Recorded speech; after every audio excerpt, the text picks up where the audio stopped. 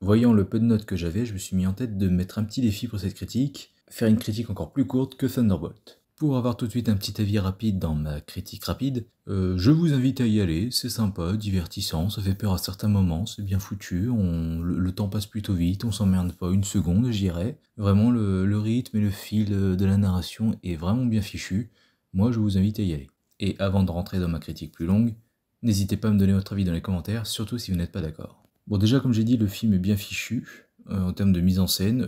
Quand on suit le sablier qui tourne, quand ils reviennent à la vie, quand on les revoit revenir chacun un par un, les scènes de course-poursuite ou de baston un petit peu d'action contre certains monstres. J'ai vraiment trouvé le film bien fichu, jusqu'aux transitions, en plus il est intéressant, il y a une transition dès le début, avec un sablier justement, et une route. Je n'en dis pas plus, mais c'était vraiment bien trouvé. Alors je n'ai pas joué au jeu, hein, donc si vous voulez me dire que ce film c'est de la merde parce qu'il ne respecte pas le jeu, entre guillemets, euh, ça vous regarde, je n'ai jamais joué au jeu, tout ce que je sais du jeu c'est les vidéos de Squeezie. Voilà, ce qu'il a montré dans ses vidéos, c'est tout ce que je sais du jeu.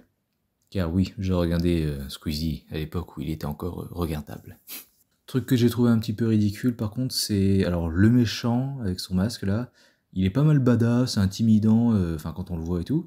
Euh, Quand tu le vois, t'as l'impression de voir une espèce de Jason, tu te dis bon bah t'es mort en fait, il peut que te buter, puis tant pis pour toi. En revanche, la scène où ils arrivent à le buter, finalement, sa manière de se tenir, sa posture, vraiment ça fait méchant de train fantôme quoi. Vous savez, les jambes arquées, le dos courbé, puis oh, un gros méchant avec les petites mains devant là. C'est. C'était pas ouf. C'est vraiment, j'avais l'impression que c'était le cascadeur qui répétait quoi.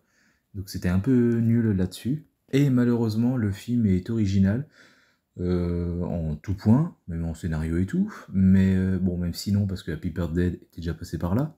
Mais il est aussi généreux en termes d'incohérence. Au tout début du film, je me suis dit que le temps changeait d'une scène à l'autre, littéralement. Sur une station-service, il y a un beau soleil, et ils vont un petit peu plus loin, donc à la cabane, et il pleut, mais bien, averse quoi, avec des beaux nuages gris aussi. Donc on est littéralement passé du soleil à la pluie en 2 secondes, mais quand ils arrivent à cette maison, tu vois que en fait c'est normal, parce qu'il y a un truc chelou au niveau de la météo, je vous laisse aller voir le film. Donc finalement, voilà, c'est normal. Mais en revanche, il a vite fait nuit quand même. La nuit est très très vite tombée.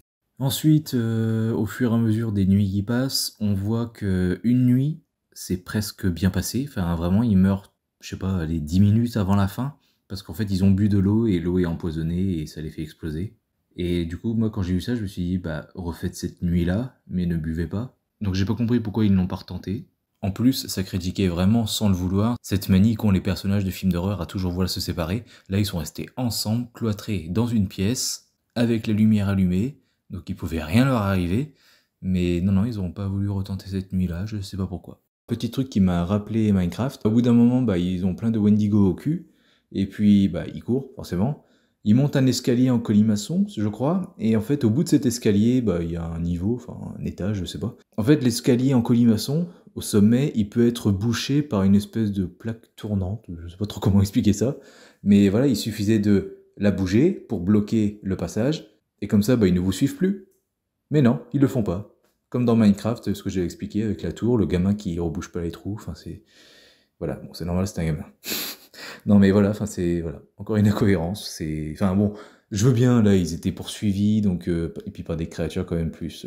agiles, rapides, que ces merdes de Minecraft. Il y a la peur de mourir, ils ont vu ce que ça fait, ils ont vu que c'est violent, que ça donne pas envie. Donc je veux bien, en plus le truc il paraissait lourd, donc peut-être qu'ils pouvaient pas. Mais voilà, je me suis dit, refermez, vous êtes cons quoi. Et enfin, on voit dans une vidéo qu'une espèce de Wendigo là ne mourrait pas, alors qu'on lui mettait plein de coups de lame dans la gueule, mais vraiment violent quoi. Normalement il est pas censé se relever, mais à un moment, il y en a l'un d'entre eux a une pointe dans le bide, et c'est bon, il clame. Donc c'est dommage, c'est pas un film cohérent jusqu'au bout. Quand on pinaille dans les petits détails, c'est là que ça pêche. Mais franchement, ça m'a pas dérangé, quoi. J'ai juste relevé comme ça, et puis alors que d'habitude, je relève pas grand chose, niveau incohérence, au premier visionnage. Mais donc peut-être que ça vous a gêné, peut-être que vous ne les avez pas remarqués, peut-être que je dis de la merde et vous avez une explication pour chaque incohérence que j'ai relevée. Je ne sais pas. Dites-moi ça dans les commentaires, et à bientôt pour une prochaine critique sur Citizen Can. Salut à tous.